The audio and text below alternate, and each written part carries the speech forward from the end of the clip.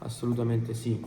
Purtroppo questi eventi ci ricordano che anche i vigili del fuoco possono morire per cause assolutamente fortuite, accidentali.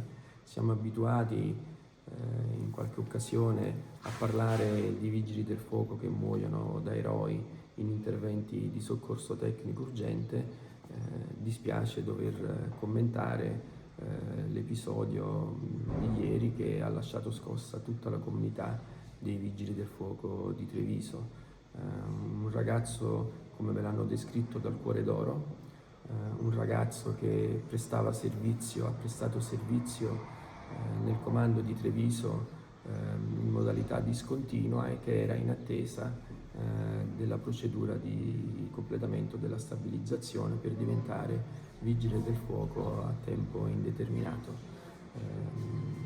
Con chiunque ho avuto modo di parlare, confrontarmi e chiedere informazioni su questo ragazzo che non ho avuto il piacere e l'opportunità di conoscere, tutti quanti mi continuano a parlare di un ragazzo sorridente, una persona piena, una personalità poliedrica, con tante passioni e purtroppo è stato vittima proprio di una di queste sue passioni che, ironia della sorte, magari era la più tranquilla che poteva praticare, eppure il fato ha voluto che in questa occasione la sua vita si interrompesse.